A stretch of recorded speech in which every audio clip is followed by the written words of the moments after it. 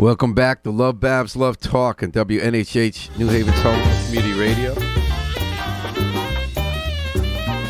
Welcome back to LoveBabz, LoveTalk on WNHH, New Haven's home for community radio. There's a protest happening on the New Haven Green. Kids have walked out of school. And word on the street crew, Nora, Grace Flood, and Maya McFadden are there to tell us why. Good morning. How are you folks doing? We can't hear you on air. Okay. Now we can. So what's going on in the New Haven Green, folks? Yeah, so there's probably about 100 or 200 students out on the green right now. Yeah, that's a lot back there. Oh, yeah, there are more buses of students coming from different high schools throughout New Haven to protest over militarization of schools is what we're hearing. And student mental health. So we've got 4 kids or 3 kids here. So wait a second, Nora, before you go further, you said buses are coming. So were the high schools involved in organizing the protest? Is this like with permission? Sorry, it's hard to hear. Can you repeat that? Because they're coming in buses. Are those school buses? The schools are sending the kids? No, they're city buses. Oh, okay. So I think the situation is students are leaving classes, getting on city buses and getting to the green. Yeah, for free. Oh, that's right. So who you got with us today? Someone joining the protest? Yes. Yeah. 2 people. And tell us if you can't hear anything, because there's definitely a lot of sounds going on. Well, I hear you very well. So when we talk to folks, if you could put the phone really close to them so we can hear them as each of them talks. Okay. So, would you mind introducing yourselves? My name's Honoria. I attend LoveBabz High School, and I'm a senior. Okay. My name's Jazara, and I attend LoveBabz High School as well, and I'm a senior. Okay. And I am Tatiana, and I am as well a senior at LoveBabz. Okay, perfect. And yeah, could you tell us what the word on the street is this morning? Well, word on the street is all of the high school students that attend New Haven Public Schools are tired of I don't know how to say that word, I'm so sorry, of the mental health and its overshadowing of putting more money into having security and all the other things that we don't really need at high school. So basically, it's not really known of showing your mental health and talking to somebody at high school. And it's really sad about that. And basically, I feel like you can't talk to nobody at school. You can only battle it out with your friends. Yeah, you know your friends, and that's it. The closest thing you have is your friends. Mm-hmm. With your mental health, I experienced firsthand. My senior year has been rough for me. Deadlines have been beating me up, and I'm not getting the resources or the help that I need to finish my school year off good.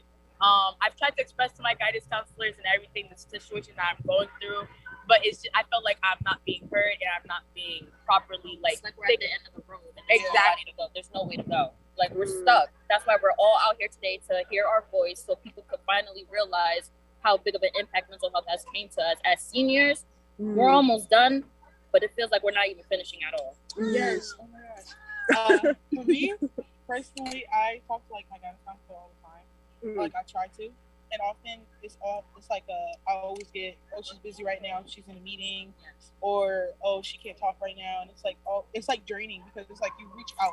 You've been told since freshman year, when senior year comes, you're gonna have to like be alone. You're gonna have to do things on yourself, and it's like you do things by yourself, and you go the extra mile to go get help and reach out, but then it's like you always get turned away. So it kind of makes it like a catch-22. It's like if I'm reaching out and doing what you said to do, but then I'm always getting turned away, it's like you feel stuck. And then it's weird because we have more correctional, like, I guess, staff than we have guidance counselors.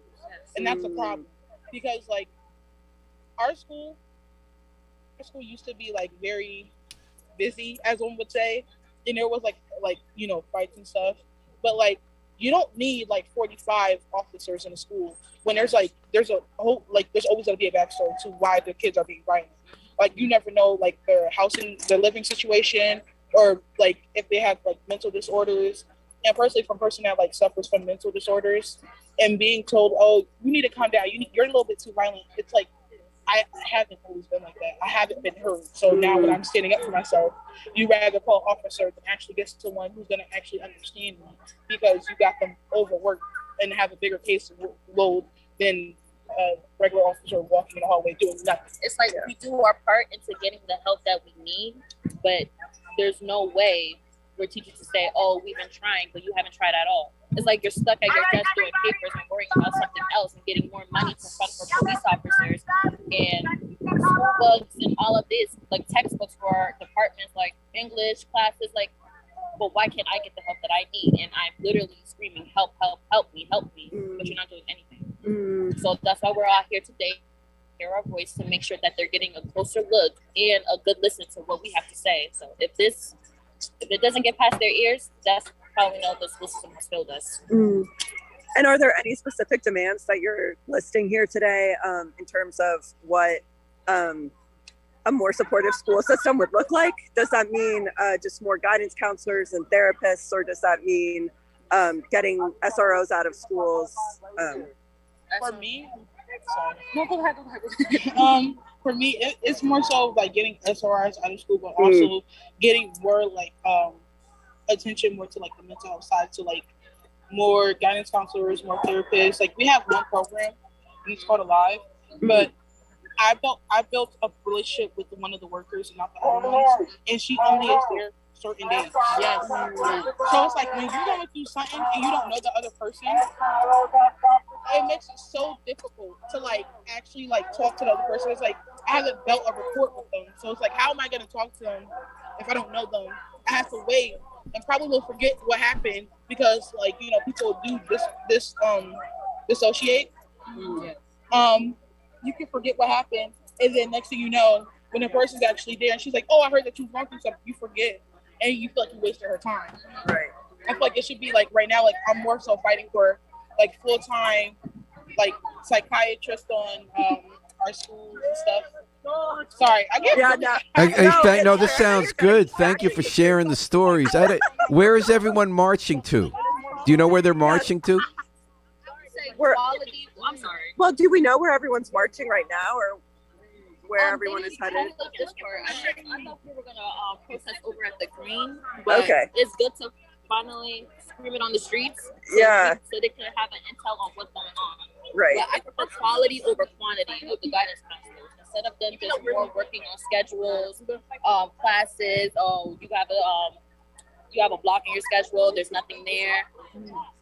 How about, how's your day? How have you been? More follow-up checkups on the students that have been going through a lot, and they come to you about, oh, what's going on at home, what's been happening to them, or what you can do. Starting off with that one person so they can be better off throughout their whole year and throughout their whole life as a better student and a better person, so they can be better.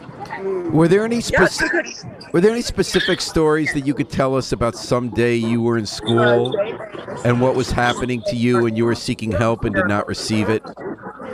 See, for me, I honestly couldn't go to nobody. By the way, everybody was just right. My freshman year, it was crazy. Back then, when COVID wasn't around, everything was wild. So for me, I was going through a lot emotionally, mentally, and physically. So my mom, she told me, go put you with her fears, and I was like, no, I could just get help at the school. So it's fine. She was like, okay, just let me know so I can help you out. And when I went to the school, I didn't know who my guidance counselor was, and I kept getting the help like, hey, where's my guidance counselor? Who's my guidance counselor? They're like, this, that, and the third. I go to all of them. I'm at the end of the road. There's blockage, and honestly, I had to deal with that myself. I had to battle that on my own, and it's like, it was draining for me. Even when COVID hit, it was bad, honestly, and only had the help from my mom and that's it. I feel like the New Haven Public Schools has failed me as a student and a person as well. And it's better off than getting the help that I need when they're not there. Meaning, why would I go to somebody that would not help me from the day I asked them to and just push me off and just go to their paperwork? So it hurts me a lot. And I don't want to see anybody else go through the same thing. When I leave high school, I want to see everything change across. Instead of getting more resource centers, which is good, but more study labs, computers, technology that doesn't even need to be needed at the school. Let's get help for kids that are going through a mental health issue. That's more important than technology. All right, Yeah. Maya and Nora, do you want to sign off so you can cover the actual protest there? Yeah, I think that probably makes sense. But I want to thank our There's a lot guests. going on. Thank you for coming on LoveBabz, Love Talk on WNHH to tell us, and good luck wrestling with what's going on at school. Thank you, and great job. Okay, thanks. Bye-bye, guys. So you just heard Nora, Grace Flood, and Maya McFadden live on the New Haven Green, where for city buses, which are free now, kids walked out of school, took the bus from high schools all over town, and they're converging on the New Haven Green because they're saying, we need help and we're not getting it. They're saying that it was always rough being a kid these days in school. COVID hit, it got crazy, and they upped the security, but they didn't up the guidance counselor. And as a parent of kids who graduated from Cross quite a long time ago, 2008, 2011, I remember there are not very many guidance counselors. It was kind of a joke. They're nice guidance counselors, but it was like you're lucky if you get 2 minutes in, and these kids are saying they're having crisis and they're not getting it. What do you think, Harry, when you were watching that? So help me out here so I understand what's going on. They want mental assistance in the school? Yeah, and you know what? It sounds more controversial than it is, Harry. Everybody, and I'm sympathetic to everybody on all sides here. Everybody says that suicide's up among kids, mental health problems around kids. We know that violence is up in the schools. We've had incidents we've written about where people just bouncing off the walls. Sometimes it's just impossible to have school. And society in general has a hard time figuring out how to help people, right? You don't want just to addict them to drugs or something, right? You got to talk it out. Costs a lot of money. They don't have a lot of... So they're saying they want more help. They're saying they want more people around, counselors to help you with problems you're having, to talk things out, rather than they coming to bigger problems. I noticed you might have some skepticism here, Harry. What are you thinking? Well, I'm just... I just don't get the issue. That I understand that growing up, I was a problem child myself. You were not a problem child. You had some tough circumstances and you dealt with it great. Just for the record, but not everybody is Harry Dross. No, right. So I was emotionally a mess myself growing up. I could have used help. Yeah. Yeah, and I had plenty of friends who were messes, right?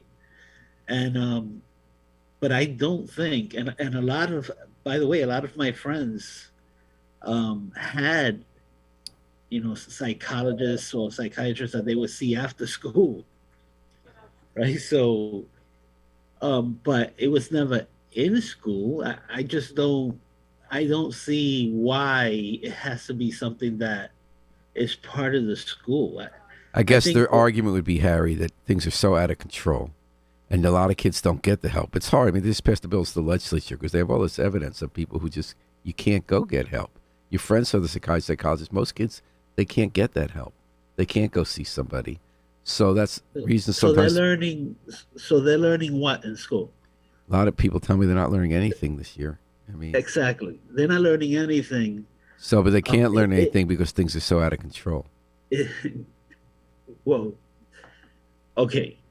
That's relative to a person's circumstances, right? Perception is reality, right? I was talking to one principal who's not a principal anymore, was during COVID, and especially this year. Partly it was because of waves of COVID when teachers were out. They just had a lot of periods where kids are just sitting in their looking at their phones in the cafeteria, in the classroom. I mean, they're just not. Right. But you see, this is the thing. This is the thing that has me confused. There's just no system anymore that where kids are supposed to follow the rules, and instead we're treating them like very soft, mushy. So you think mental health is soft and mushy? Mental health care, having people talk out what's making them enraged. This DAnon stuff. You're saying like just suck it up that you take everything out of context. I'm saying we can't, have this generation of people be lost to the the sensitivity of the wokeness that's going on right So you're now. saying there should be rules that are enforced, that you don't get to hit a Of course, principal in the yeah, mouth. you know, and you have to teach kids how to work things out, work things through, be problem solvers. That's what they are talking about. They're talking about. No, There's it's a not. program No, in it's not. New Haven called It's okay. restorative justice. No, they're saying you have to sit and talk to the person you hit. Why did you do it? What are you going to do to make it right? There's a whole program called restorative justice that is, obviously not used in most cases. It's hard to make work, but the theory is exactly what you're talking about. You have to accept responsibility for what you did.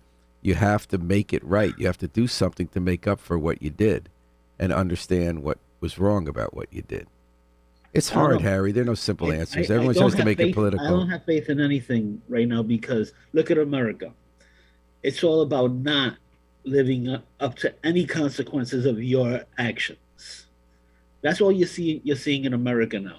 That's why crime is running, like we've But never these kids seen- come into school and they're coming from very difficult situations and they're saying, I need to talk to someone. Is that so bad? You want to talk to someone? No, that's not so bad. They're You saying don't they have need no one to talk counselors. to. I'm not disagreeing with you about the need for standards and not to allow people to hit people in the mouth and there got to be consequences.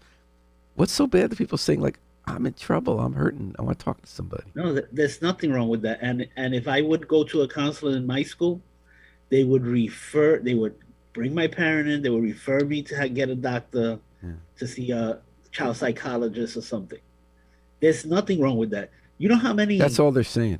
You know how many doctors exist here in Connecticut? Yeah, but you know how hard it is for most kids to be able to get insurance to pay for it or even get an Are you appointment. kidding me? These Are you kids don't have, kidding me? I'm not kidding. I mean, it's true. But in any Then- case, I don't know why we're then- arguing, then Harry. I let- don't think we that's disagree. it. I don't think we disagree. I don't think we think that people should be able to punch other people in the mouth at school and get away with it. And we don't think that you should have someone to talk to. Consequences. Yeah.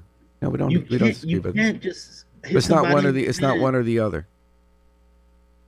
Of course, Paul, you act like you guys want to recreate the wheel. You act like we didn't go through it already.